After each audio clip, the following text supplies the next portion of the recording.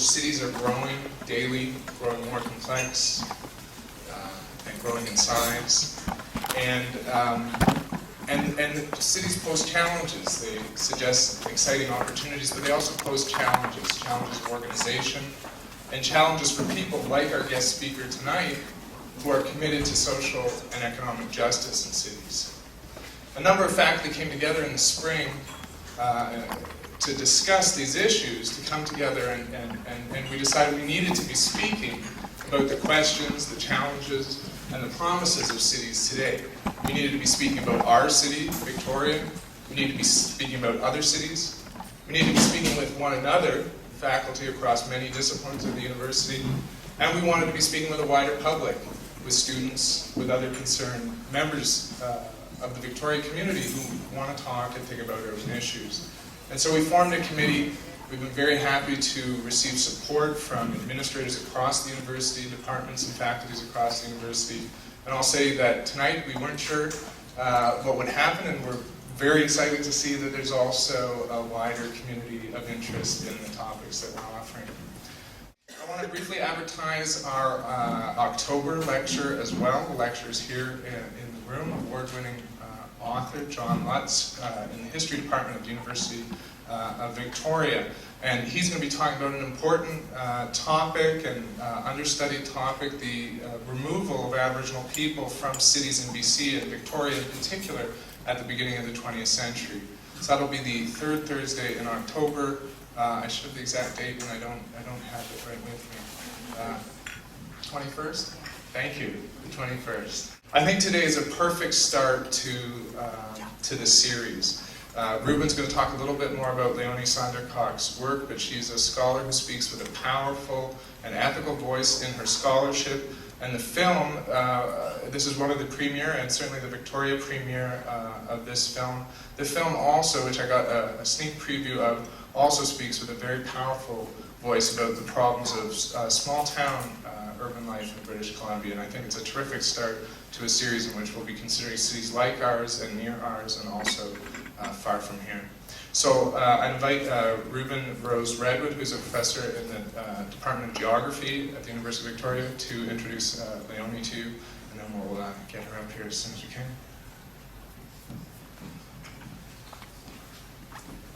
First of all, hello. I'd like to welcome you all to the first City Talks this fall semester here, this lecture series. My name is Ruben Rose Redwood. As Jordan mentioned, a professor in the Geography Department. And it's really my great pleasure to introduce tonight's speaker, Leonie Sandercock, who is a professor in the School of Community and Regional Planning at the University of British Columbia.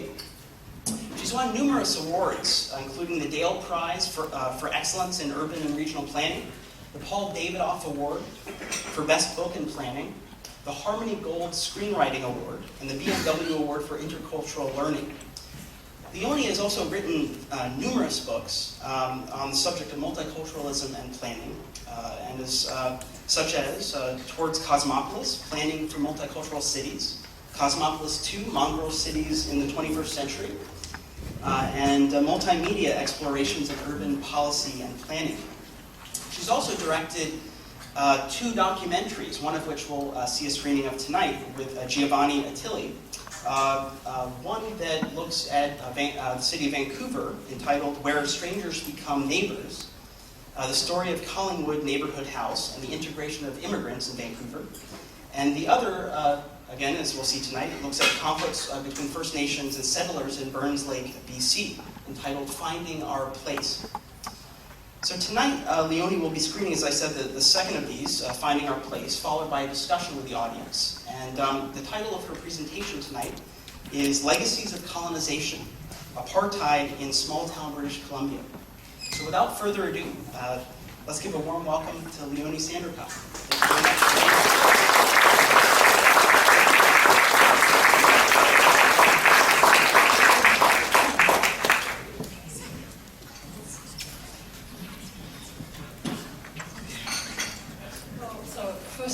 Thank you very much for being here. Thank you very much for the introduction and for inviting me here to be part of this series. But thank you all very much for turning up and in this terrific space. It's really exciting. And I'm really excited about introducing a piece of the film. You'll only be seeing a third of the film, which is a 90-minute film in 3 parts. You'll be actually seeing the middle part of it tonight. So for those of you on the left-hand side of that pillar, on my left-hand side, probably don't have a very good sight line to the screen. So my plan is to, and you might want to, for the movie part of the presentation, you might want to move over. So my plan is to tell you a story through film tonight. The film is actually called Finding Our Way, and is my own description of it is that it sort of presents the inconvenient truth of Canada's apartheid. And I want to present, I want to show you the middle part of that story, which is called High Noon in Burns Lake, which is a reference to a famous Western that some of you might know of. And you'll understand the title when you see this part of the film. But I would like to bookend the 30-minute piece of the film with a bit of an introduction to what it's about and why I'm doing this, and then afterwards I'll add some remarks about the intentions behind the film and where it's going. So the film is really it's a story with a timeless theme. It's a story of a people dispossessed of deep historic wounds and of ongoing and unresolved conflicts. So on the one hand, it's a story with a timeless theme. On the other hand, it's a story with a very specific context in history and place. And that is, it's a story about 2 First Nations. You'll only be seeing one of these stories tonight, but the entire film tells the story of 2 First Nations in north central BC who are sub-tribes of the Carrier or Dakel people. The Burns Lake Band, as they're commonly known, or the Tsilhqot'in First Nation, whose reserve is in the middle of the town of Burns Lake, or more correctly speaking, the town of Burns Lake, the municipality of Burns Lake was imposed on the reserve that was placed there before the town was surveyed. And the other First Nation is the Cheslata Carrier Nation. So it's a specific story as well as a story with a timeless theme. And for me, it's a story with a question mark, because the 2 stories tell, they're tragic, it's dark, there's a lot of despair, but the 90-minute film also has a story arc that moves from despair and from history's tragic antagonisms to some real hope. And you'll see some of that in the piece that I'll show you tonight. And the final part of the film reveals even more hope in the story of the Cheslata Carrier Nation and what they have been doing in the last decade in terms of revitalisation, healing, and partnership with the non-native community around them. So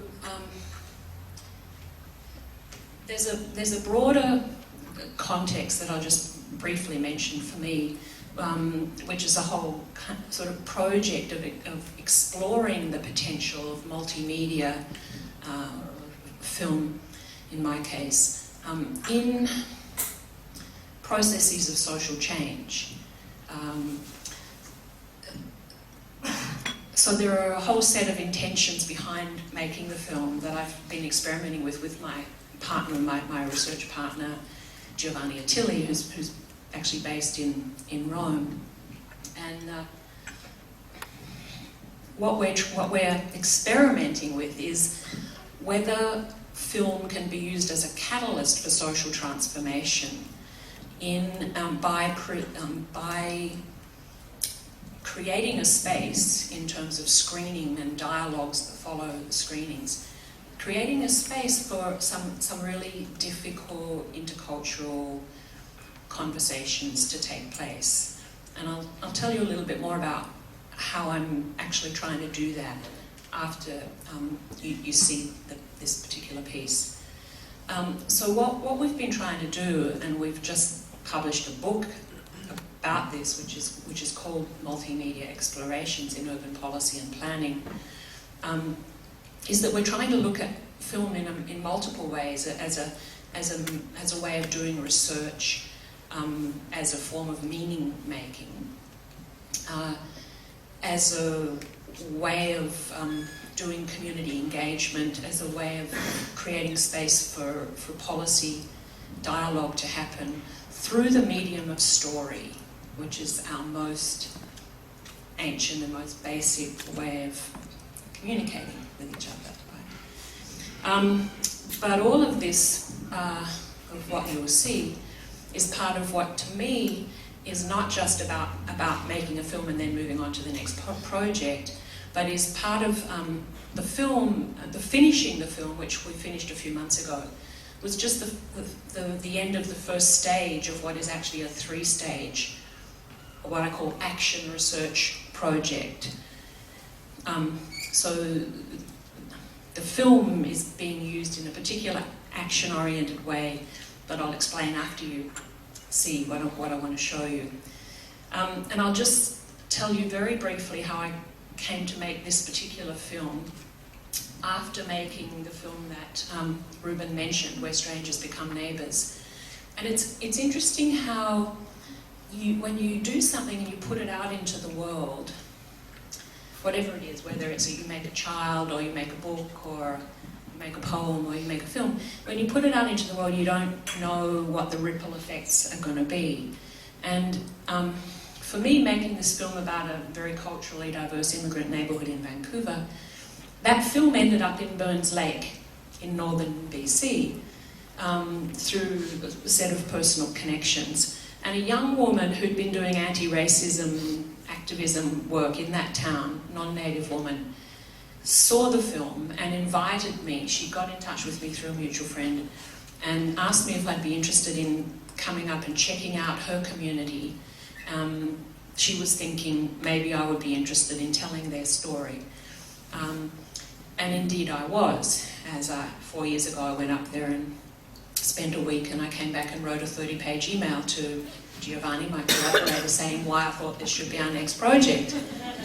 And the reasons were two. There were two particular stories that I'll just tell you very briefly that just kind of got me hooked. One was the story that in 1999, the village of Burns Lake, the municipality, which is run by old pioneer stock, shut off the water and sewer and fire services to the Burns Lake Band Reserve. And that seemed like a fairly shocking thing to me. That seemed like not just a little municipal water and sewer incident, but a kind of major human rights incident. And I was shocked that this could happen in 21st century Canada. I'm an immigrant from Australia. I've been here 9 years. The following year, or following from the shutting off, the Burns Lake Band took the municipality to the Supreme Court of BC, and this is the story that you'll see. So that was one thing that really piqued my interest, and the second story that I heard was that the youth in this town, native and non-native youth, had gotten together and written a song called Leave It Behind, an anti-racism song. And the Carrier Nation singers and drummers had combined with the non-native youth who were doing rock music. And they put this kind of hybrid music together, and they played this song. And they'd made kids in the high school had made a video about racism and violence in the town. And I thought, this is really interesting. There's this old pioneer stock history thing here going on, but there's also something, the seeds of change in the youth. And so that was really enough to get me hooked on going up there and getting immersed in the community, and it then became a huge learning journey for me. And so what you'll see is part of the result of that learning journey, which meant that I had to start asking questions about how did the municipality come to be able to shut off water and sewer to the reserve? What was the history of conflict in the town between native and non-native around land? And then I had to go back even further. So you start with an issue in the year 2000 and you end up back with the Indian Act in 1867 and even earlier, looking at the technologies of power involved in the process of colonization that ended up in the Indian Act and the reserve system of Indian lands and the residential school system. So the first 30 minutes of the film that you won't see is about that backstory, and it's called The Contagion of Colonization. And then the film goes into part 2, which you'll see, High Noon in Burns Lake. And then part 3 is called Keeping Our Heads Above Water, and it's the story of the Cheslata Carrier people who were evicted from their land in 1952 by a combination of the provincial government, the federal government, and the Aluminum Company of Canada. The provincial government had sold the Nechako watershed, or pretty much given it to Alcan to build the Kenny Dam to power their hydroelectric project in Kitimat, and the Cheslata people were given 10 days notice to get off their land in the middle of winter. So that's part 3, but it follows their story from then until now and the amazing things that they're doing now. But I can't talk about all of that tonight, so let's put the film on. Story about some healing that's going on, some reconciliation that's going on, but still a lot of conflict and a movement towards partnership that goes one step forward and 2 steps back. And one of the interesting things about making the film in this community over the last 4 years has been, in a way, the impact of our presence and the kind of relationships that we've had. So I just wanted to talk briefly about 2 things. One is, what am I doing as a community planner, making a film in northern BC with First Nations? And what have I learned about my field? And the other is sort of what were our intentions and how are we using the film? I've said that making the film was just the first stage of a 3-stage process. So in terms of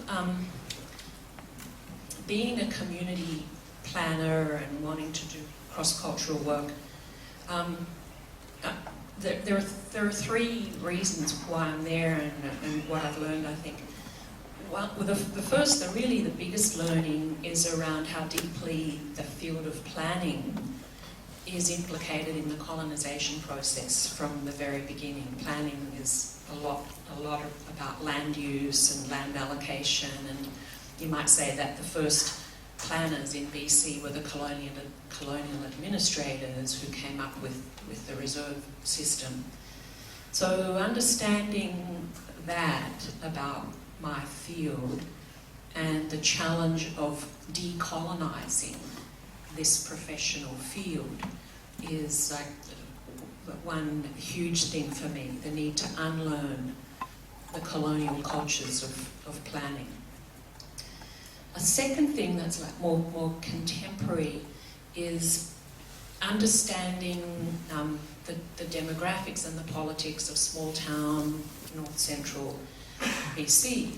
The demographics are that the population is roughly 50-50 native, non-native, with the native population growing and soon to be the majority.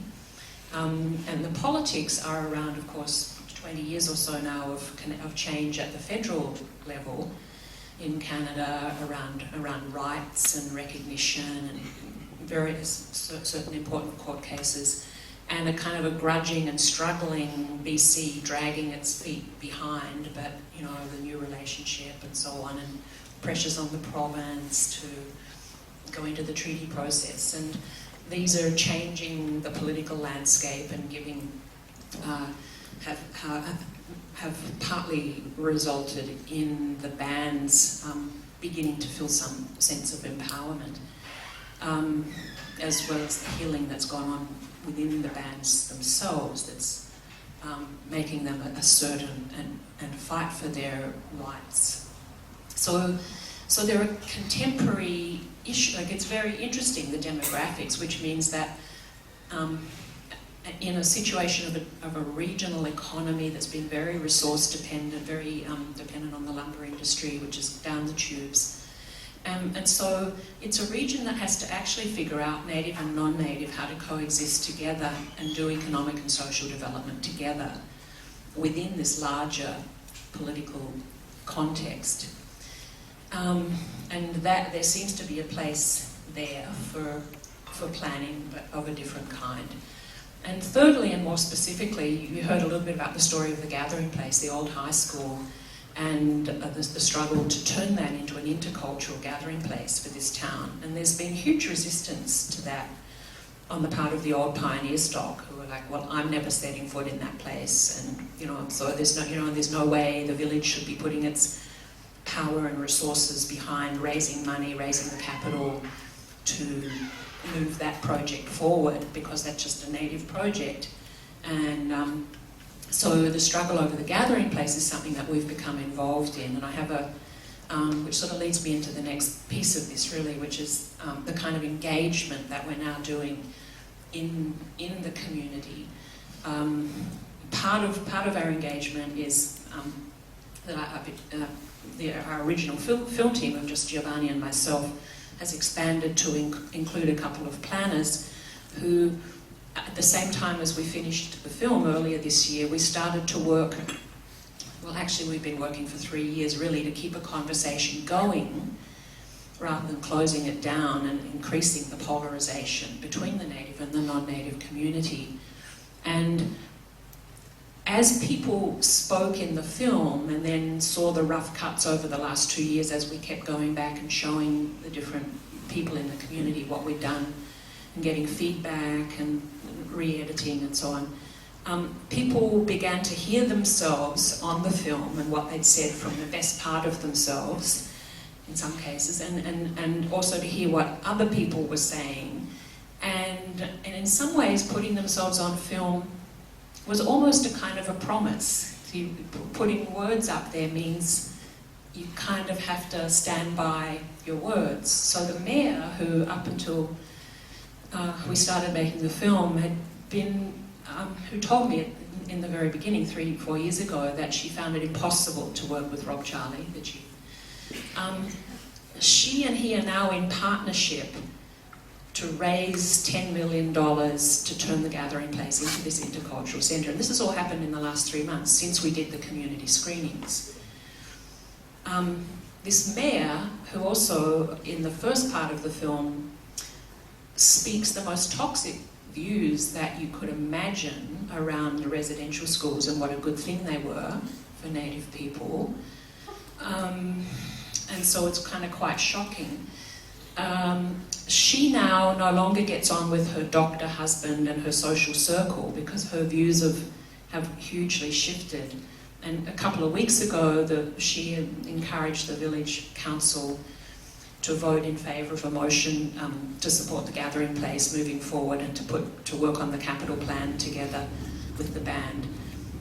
A week or so ago, the mayor is drafting a letter to write to the school board requesting that they hand the land back, the land at the school Gathering Place now, the land which has been leased back to the band, which means the band can't borrow against it. She is now writing to the school board in Victoria requesting that they hand the land back to the band now and not in 99 years' time. And she's encouraging the Chamber of Commerce in the regional district to do the same thing. And she's like a 70-year-old woman. There's been a lot of interesting relational changes that have happened. So in terms of like the film, the question that the film poses of, is there a way forward out of this past? out of colonization. What were our intentions in making the film and what's happening now? One of the things that we hoped as we were putting the film together was that we might, in taking the film back when it was finished and showing it to the community, it might create a space for that community, divided as it has been, to see themselves through, say, fresh eyes. And that indeed did happen. We spent 4 months organising 2 community screenings. We spent all of that time organising it because we were worried about what could potentially happen in negative terms. And so we had counsellors there, and we trained local we trained local native youth and non-native youth, and we screened it for the school teachers, and they got behind it, and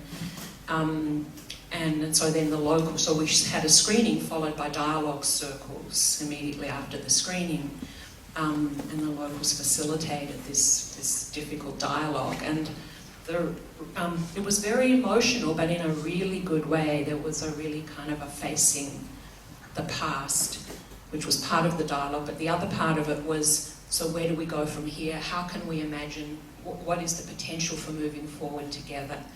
And people came up with wonderful ideas, and in particular the youth.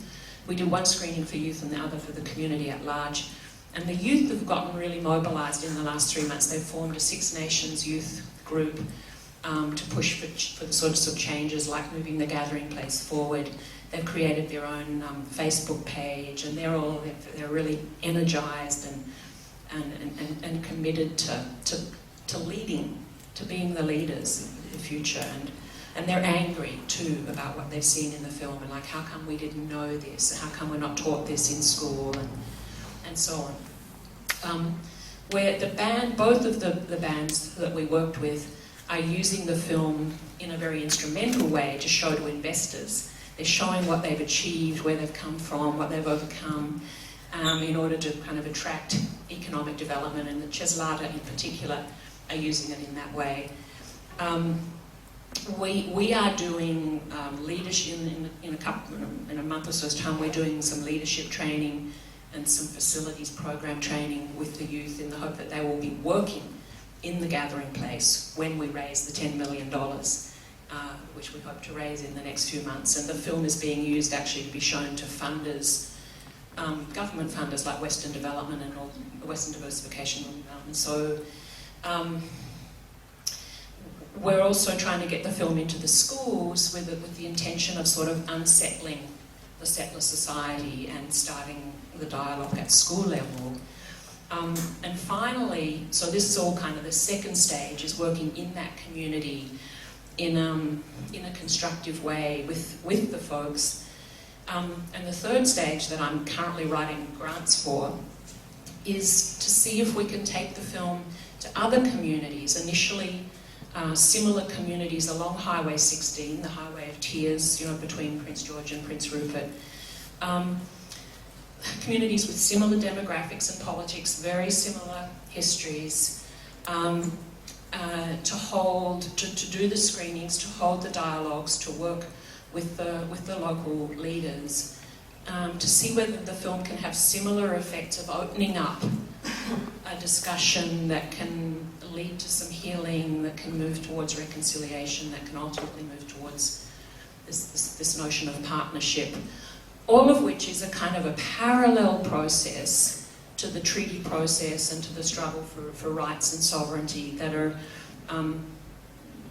the larger picture. But both of these two First Nations have pulled out of the treaty process because they can't afford to be in it. And that's a problem of probably a third of the bands in BC. So as from their point of view, it's important to be thinking about the here and now, because the treaty process seems to be, well, A, unaffordable, and B, too far into the future for the present generation. So our starting point is acknowledging the history and the struggle for recognition, rights, title, sovereignty. We're also trying to act in the short, medium term in these specific planning ways that are what we know something about. So that's it. I have one up here. I saw that the main base of the town, I grew up near Burnside, The main base of the town is still Babbing Mill. The pine beetles pretty much ended that, as I understand. Where is the town? That tax base can't be very big anymore. Where now is the town and reserve fund? Yeah, well, this is a good problem. I said the regional economy is in crisis because of A, the pine beetle, and B, the bigger situation for the lumber industry and the market in the States and so on. So the pine beetle has been devastating. There was what we thought was a positive partnership between all of the 6 bands in this region and the village in forming a community forest structure.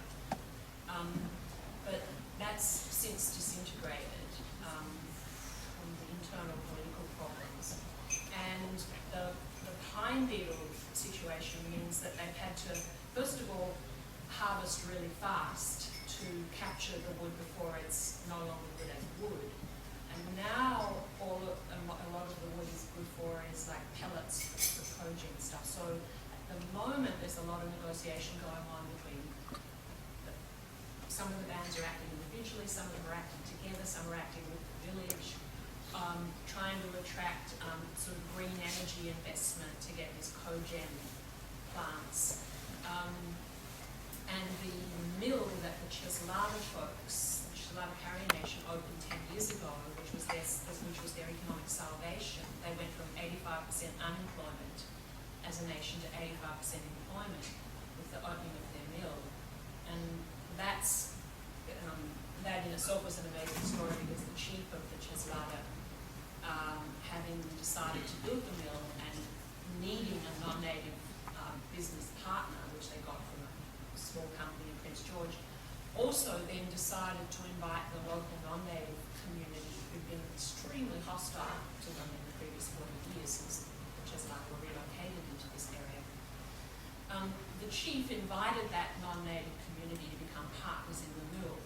So for the last 9 years, the mill has served this amazing kind of healing and reconciliation purpose. And now this year, in the next few months, that mill is closing down as a mill. But again, and so the Cheslada are looking for a big investor in green energy. There's a second follow-up question was, is this going to cause a move in population or a depopulation of town? And if it is, will it have a settler sort of emphasis, do you expect? A few years, when I first went there, and I asked the mayor the question about the demographics, the woman mayor, Bernice McGee, I said, well, so the relationship with the bands, like how's that going, and what do you think about the changing demographics of the town with the increase with the First Nations likely to be a majority population? How do you think that's going to change the politics? And she was very confidently saying to me at the time that there'd be more white folks moving into the area because the economy was good, and so it was not going to be a problem in the way that I'd posed it, right? Now the situation's really different 4 years later. And the First Nations, as they say, we're not leaving. We live here, this is our land, we're not going anywhere. If the white folks stay, that's why the pressure really is towards coexistence. It is towards, the bands are small.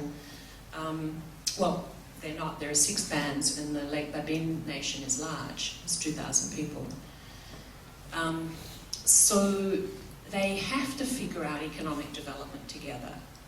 And there's a chunk of urban land that the Burns Lake Band has that they really need to be discussing what to do with that in cooperation with the village. And they need non-native investment, So the circumstances are pretty compelling towards partnership, but the history is equally compelling against it. Yeah, I see you here in the back there. Thank you very much, Leonie. I teach law at the University of Victoria. Specifically, I'm teaching municipal law right now, and just taught the Burns Lake case dealing with constitutionality, in particular the relationship of First Nations and their surrounding municipalities. So it's quite odd that you'd be presenting here tonight. But I wanted to ask you, I'm particularly interested in this notion of governance, because if we have First Nations who have actual constitutional rights, and we have local governments who like to flex their muscles as elected councils, and who have actually no broader authority beyond what they're delegated. So we have the Local Government Act that doesn't require any consultation. So you're just starting to touch on the governance arrangements. And until we have some, in my linear brain, until we have some requirement for local governments beyond simply consulting around official community plans, some actual, what I would call co-planning, maybe not co-governance, but co-planning in a larger regional context, I can see that these conflicts are going to continue to happen. So perhaps you can provide us with your insights in the Burns Lake situation. Yeah, well, co-planning is exactly what we're, I guess, trying to facilitate right now with this collaboration between the village and the Burns Lake Band and Cheslada, and we're trying to bring in the Lake Babine Nation around the gathering place, not just as a social community intercultural centre, but also as an economic development opportunity. So we're working on the programming of that facility and looking at who would have offices in there, what kinds of training would take place in there, what kinds of economic activities like a recording studio, what the youth are really interested in is opportunities around music. So that conversation, that co-planning conversation that I think is key, has only started to happen in the last 3 months, and it's just an amazing development, really, that we can only hope to encourage. More politically speaking, it's interesting that in the actual dialogue circles, the chief administrative officer for the village, sitting in a small group of people, talked about what he would like to see as the way forward. He was encouraging the young First Nations folks in his circle to run for the village council. And that was pretty amazing too. There's been one Burns Lake Band member was elected to the council 5 years ago, but then was not re-elected. We think because he didn't make enough effort. He was taking it for granted. But that's, of course, that's a very debatable approach, because it's taking part in a system of governance that's not of their own choosing, that's a product of colonization. So I'm not sure beyond the co-planning where the governance question goes, because there's the larger question of the regional district. Someone had a question right here. My question is a logical follow-up, and I'm interested in what relationship you've seen with the provincial and federal governments, and what role they have played and are playing, and what's going on now. I personally haven't interacted with the provincial or federal governments during the making of the film. The federal member for the region actually came to the community screenings in Burns Lake and was pretty fired up. For me, I guess it's a next step of things that I need to do. That also includes working with the First Nations Education Steering Committee of the province around curriculum and stuff. But you can see that while the events, this microcosm of a story is a story that's really, I think, in many variations just replicated across Canada. When I showed a rough cut of this Burns Lake story 2 years ago to the Canadian Institute of Planners annual conference in Winnipeg, and it was just a very like black and white talking heads thing at that stage and longer. Many people lined up afterwards to talk to me, mostly to tell me that what had been portrayed, what they'd just seen, that it was exactly like that where they grew up, whether it was northwest of Saskatoon or southeast of Winnipeg. They said it's just exactly like you sort of captured what it's like where I grew up, except that where I grew up, we're still not talking about it. So there's something that's significant. There are these really interesting change factors in this particular town that we see the film as a vehicle for teaching about that change and all of the dimensions of it, what the RCMP's doing, what the school's doing, and so on. And then there are the larger political changes. So with the provincial government here, the so-called new relationship remains to be seen. But going back to the previous question a little bit around governance, because of Delgamuukw and because of the resolution of the Haida case in the early 2000s in the Supreme Court of Canada, the duty to consult and so on is now, the province can't avoid that. So there's a very interesting model that's just evolved in the last decade as these larger political forces changed. And that's the Central Coast Land and Resource Management Plan, the Great Bear Rainforest area.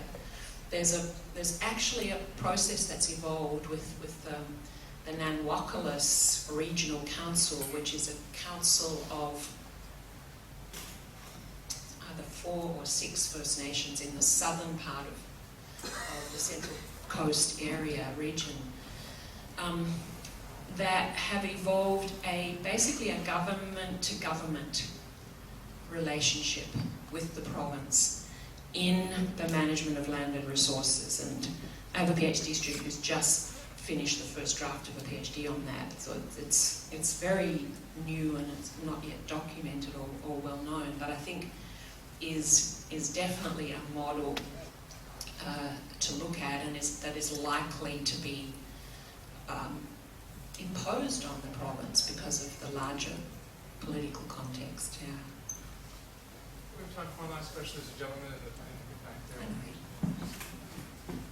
It's great to see you, Leonie, and to see the final version of the video. We got a little taste of it a couple summers ago at the Canadian Institute of Planners Conference in Winnipeg, where we saw a rough cut. Yeah. It's turned out masterfully and very powerful.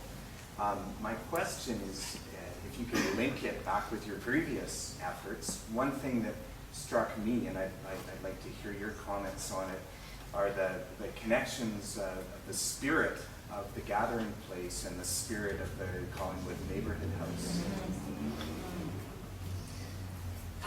There are very interesting connections, actually, because you heard Ryan Tibbetts in this piece say that, well, when we first took over the gathering place, the old high school, as it was then, it wasn't called the gathering, we were going to turn it into a bingo hall. And then they had some second thoughts about that. And one of the reasons they had second thoughts was that they saw my first film. They actually saw the portrayal of the Collingwood Neighbourhood House.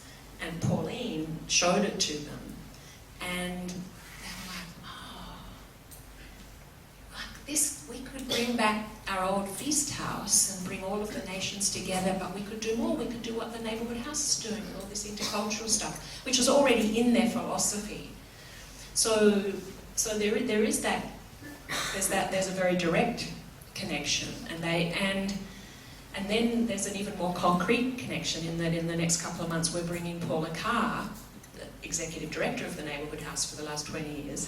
We're bringing her up to Burns Lake to do the leadership training with the youth, and part of that being the kind of looking at the facilities programming of the gathering place and looking at comparing it, learning, doing some, because the Neighbourhood House had, with its 23-year history of growing as an organisation from a $5,000 budget to a $3 million one, has done a lot of learning, social and institutional learning, and has a lot to pass on. So, and then there's another, I think, as you see, it was more behind your question, the spirit of the place is so similar in terms of creating a place for everyone, yeah.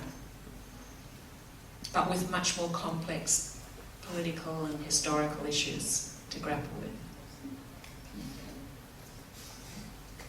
I want to take the opportunity to thank Leonie Sandercock.